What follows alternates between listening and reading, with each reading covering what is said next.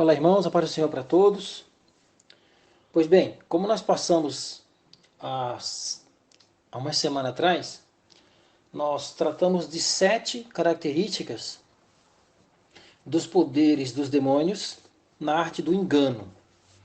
Então, nós tratamos de 7 tópicos, 7 tipos de demônios, entre eles os que profetizam, entre eles os que imitam as línguas estranhas, ou copiam, e dão revelações. Ok. Então eu vou tratar nesse pequeno áudio do tópico 3, tá? Demônios que profetizam, demônios que falam em línguas estranhas e demônios que revelam.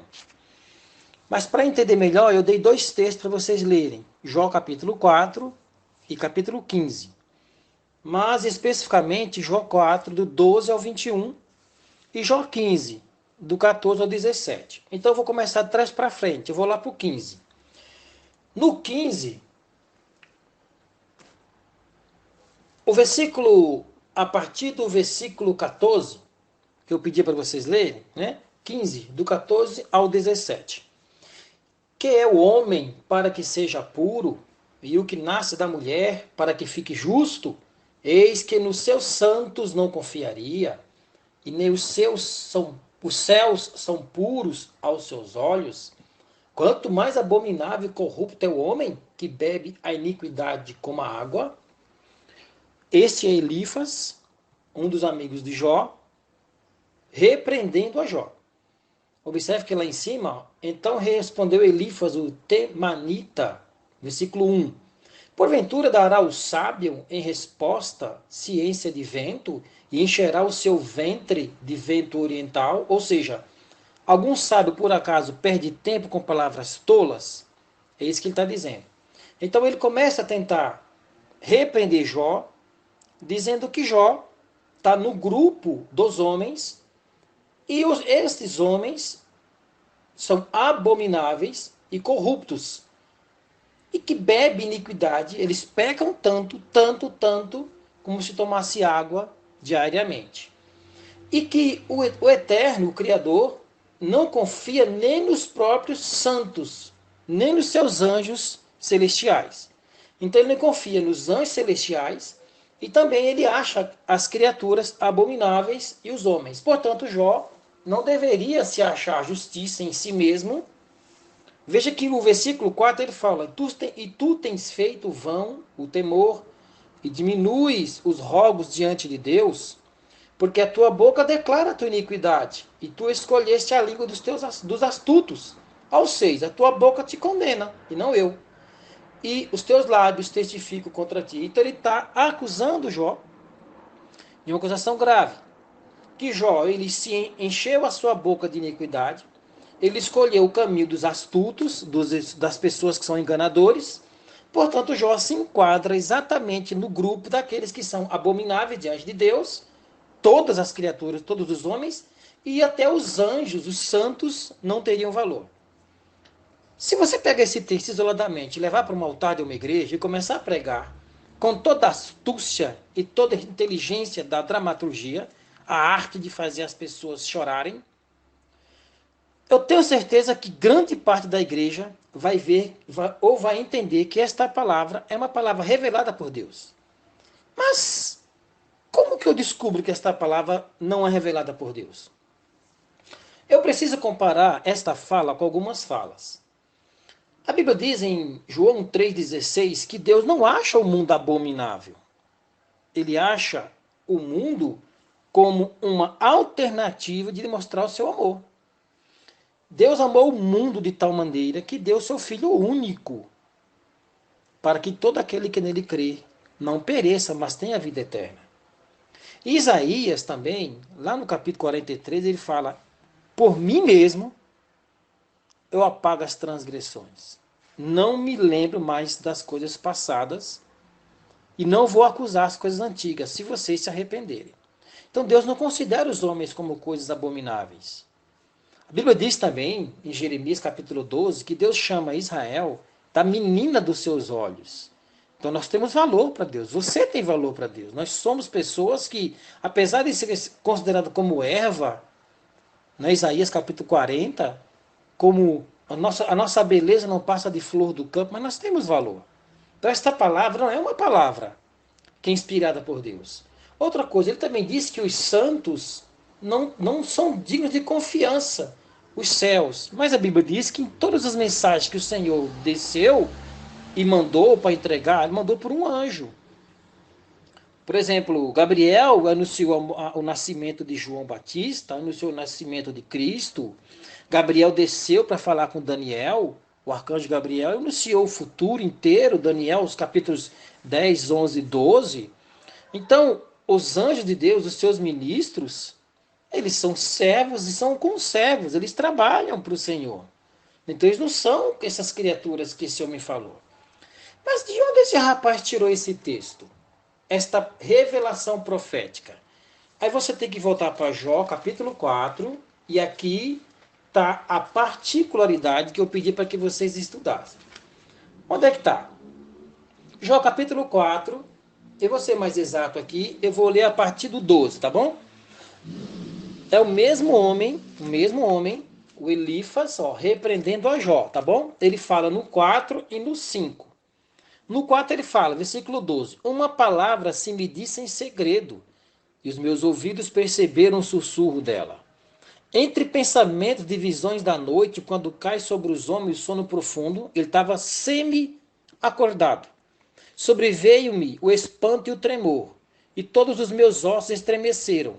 Ou seja, primeiro sinal de uma presença maligna no quarto. Os ossos estremecem, vem o terror e o espanto. E aí em seguida vem a criatura. Um espírito passou por diante de mim, fez-me arrepiar os cabelos da minha carne. Esse é o sinal que não vem de Deus. A presença diabólica, ela causa esse espanto. Parou ele, mas não conhecia a sua feição. Ele não mostra o seu rosto, ele sempre se esconde. Um vulto estava diante dos meus olhos, e calando-me, ouvi uma voz que dizia. Então o espírito das trevas veio esse rapaz na madrugada e começou a pregar. A fala dele, ó: seria porventura o homem mais justo do que Deus? Seria porventura o varão mais puro do que o seu Criador? Eis que nos seus servos não confia. Tem alguma semelhança com o que nós lemos agora há pouco, no capítulo 15? Ó, eis que nos seus servos não confia, nos seus anjos não encontra loucura. Quanto mais naqueles que habitam em casas de lodo, cujo fundamento estão no pó e são machucados como a traça. Ou seja, em outras palavras, ele está dizendo o seguinte: Deus não confia nem nos próprios anjos, nem nos próprios homens. Então este homem aprendeu esta palavra, pegou esta palavra, gerou uma doutrina e foi pregar para Jó. Qual é a particularidade aqui? Elifas está pregando para Jó com uma palavra revelada por um espírito de engano e profecia. Eles existem? Existem. E está cheio deles. Deuteronômio capítulo 13 vai dizer que o Senhor pode levantar um falso profeta no meio de uma igreja. Para quê? Por que Deus faria isso? Para que as pessoas tenham condições de pesar quando é de Deus e quando não é de Deus. Quando o profeta ou sonhador de sonhos se levantar no meio de ti e te der um sinal prodígio, fazendo milagre e sinal inclusive, e aconteceu tal sinal de que te houver falar dizendo, olha só, vamos após outros deuses que não conhecem-te, e se vamos-los, não ouvirá as palavras daquele profeta ou sonhador de sonhos, porquanto o Senhor, vosso Deus, vos prova. Para quê? Para saber se amais o Senhor, vosso Deus, com todo o vosso coração, com toda a vossa alma. Deuteronômio 13, do 1 ao 4. Então, espíritos de profecia, de engano, demônios que profetizam e falam línguas estranhas, existem. Demônios que dão visões e revelações, existem. Irmão, como que eu vou saber que vem ou não vem de Deus? Aí você vai ter que usar a estratégia do apóstolo Paulo. Quando o apóstolo Paulo, com toda a propriedade divina, ele explica em 2 Timóteo, capítulo 3 e versículo 16, que quando realmente Deus está falando por alguém, o critério é esse. Toda a escritura divinamente inspirada. Por que divinamente inspirada? Porque neste livro tem falas do eterno, dos homens, das mulheres, dos anjos, dos demônios e de animais. Você tem pelo menos 6 falas aqui. Você precisa compreender que o Senhor pode estar falando ou não. E tem as vozes dos profetas, as vozes de Cristo. Então você precisa entender quando o Senhor está falando ou não. De todos os dons que você possa pedir, comece pedindo discernimento. Toda escritura divinamente inspirada é proveitosa para ensinar. Primeira característica. Lembra que a gente está estudando o pilar de 4 gerações? Ó, 1, ensinar.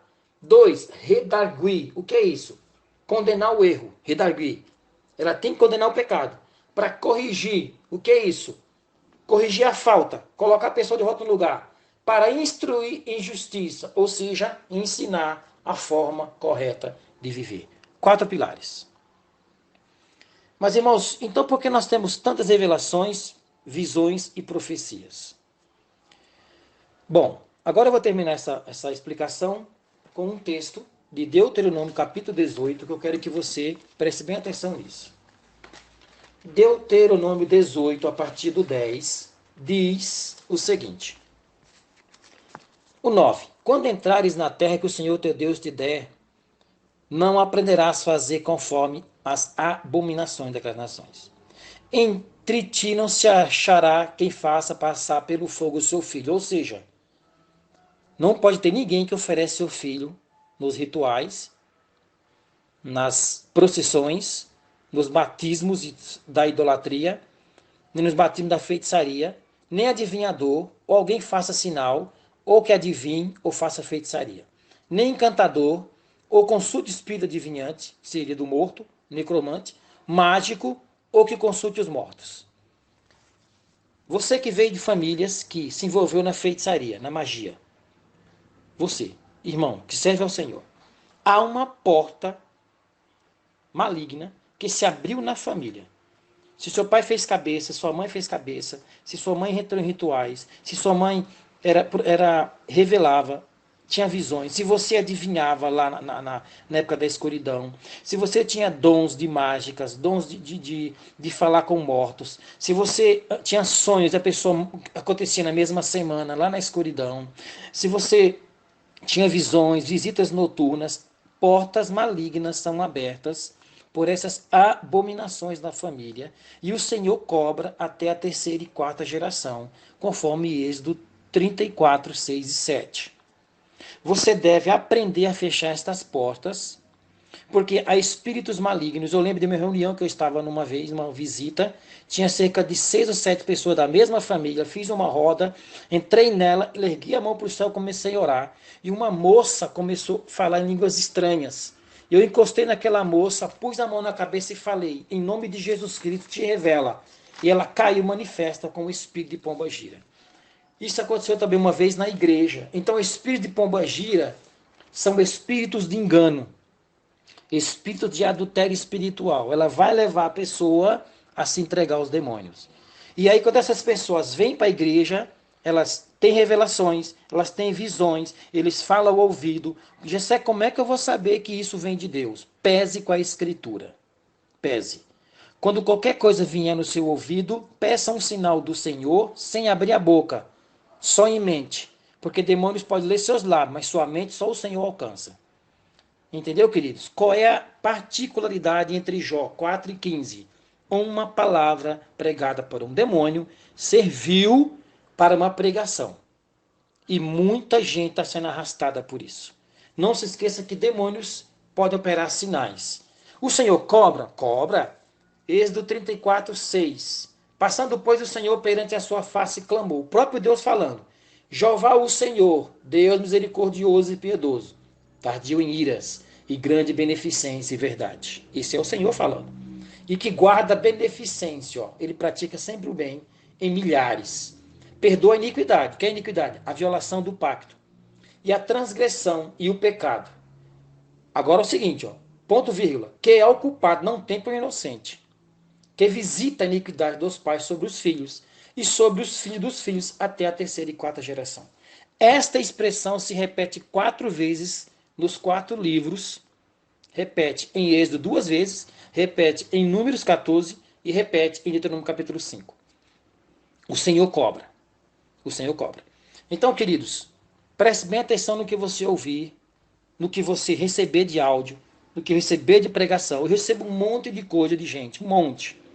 Mas cuidado, porque nem tudo vem do Espírito de Deus. Como é que eu vou saber que é do Senhor? Se é do Senhor mesmo, peça um sinal. Ele vai confirmar. 2, pese com a Escritura. Pese com a Escritura. Se ela fugir das Escrituras, não vem de Deus, porque o Senhor não contraria a sua própria palavra. E 3, segure até o Senhor confirmar que é dele. Para você não sair por aí dizendo, assim diz o Senhor, sem ele ter mandado você falar. E aí você vai cair no erro de Ezequiel 22, 28, de profetas que andam dizendo, assim diz o Senhor, quando não mandei falar, ou Lamentações 2, 14, que profetizaram loucura para o povo, e o povo morreu e se perdeu. Ou vai cair no erro pior ainda, quando o Senhor fala claramente, na lista dos 10 mandamentos, não tomarás o nome do Senhor teu Deus em vão, porque o Senhor não terá por inocente o que tomar o seu nome em vão. Não use para fazer juramentos, não use para falar em nome dele, não brinque com as coisas dele, porque ele é Deus, é justo e misericordioso, é tardio em irar-se. Mas também, quando ele se levanta, ninguém consegue segurar. Pois assim está escrito, horrenda coisa é cair na mão do Deus vivo. Amém, queridos? Deus abençoe sua vida em nome de Jesus Cristo. Espero que tenha lhe ajudado. Busque ao Senhor enquanto é tempo.